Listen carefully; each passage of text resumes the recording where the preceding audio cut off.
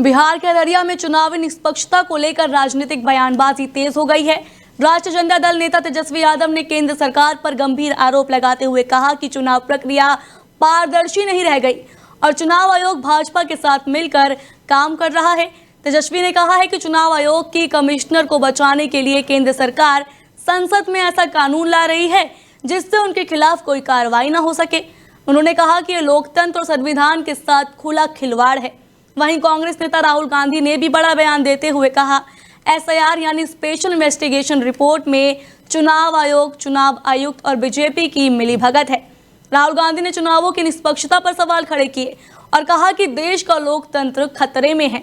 कांग्रेस और आरजेडी के इन आरोपों ने राजनीतिक माहौल को गरमा दिया है। विपक्षी दल इसे एकजुटता का मुद्दा बना सकते हैं।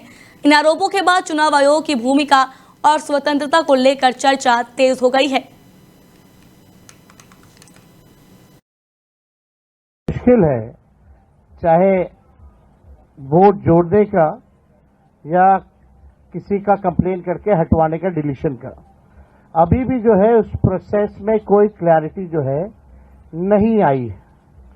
और राहुल गांधी जी ने ठीक ही कहा कि भाई चुनाव आयोग जो है बीजेपी के साथ खड़ी है, इसलिए बीजेपी के लोगों ने पार्लियामेंट में कानून ला करके चुनाव आयोग के जो कमिश्नर साहब हैं उनको जो है प्रोटेक्ट करने का काम किया कि कोई कार्रवाई या मुकदमा भी उन पे नहीं हो सकता है। मुश्किल है,